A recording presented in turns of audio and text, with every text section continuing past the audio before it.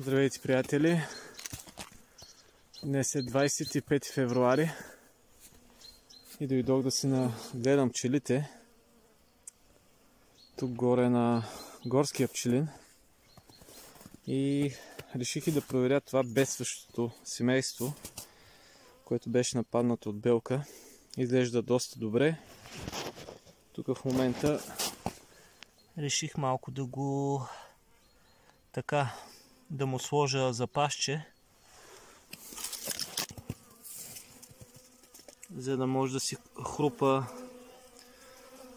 кристализирал мед. И така, харесва ми, най-вероятно ще го бъде. Вече е почти март месец. Виждам го. Семейство, което дори ще хване акацията. Това дивото е идвало. Останаха ми още два фибрана. Просто не беше удобно да ги пренеса в селото. Идвало е ето една пчеличка, която каца тук-там. По мене. Мирише и на медец.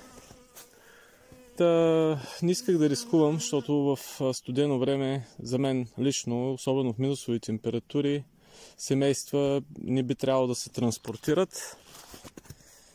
Дори да се преместват от едно място на друго, освен разбира се, ако няма някакъв сериозен проблем.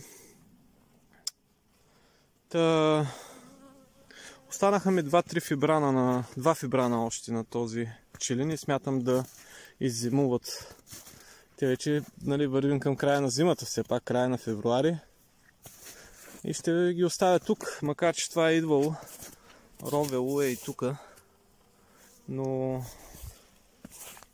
пораженията са по-малки и мисля, че ще изкарат тия двата. Имат пчели, могат да се защитават, температурите след 2-3 дена ще се покачат.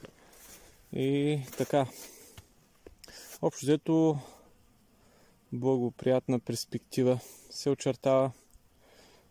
Имам предвид относно зимуването. Така, медеца веднага го нападнаха. И така, приятна картинка е. И се радвам, че успях да помогна на това семейство.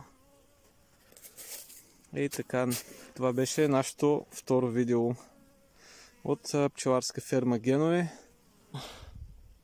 И така, хубав ден ви желая. Чао за сега.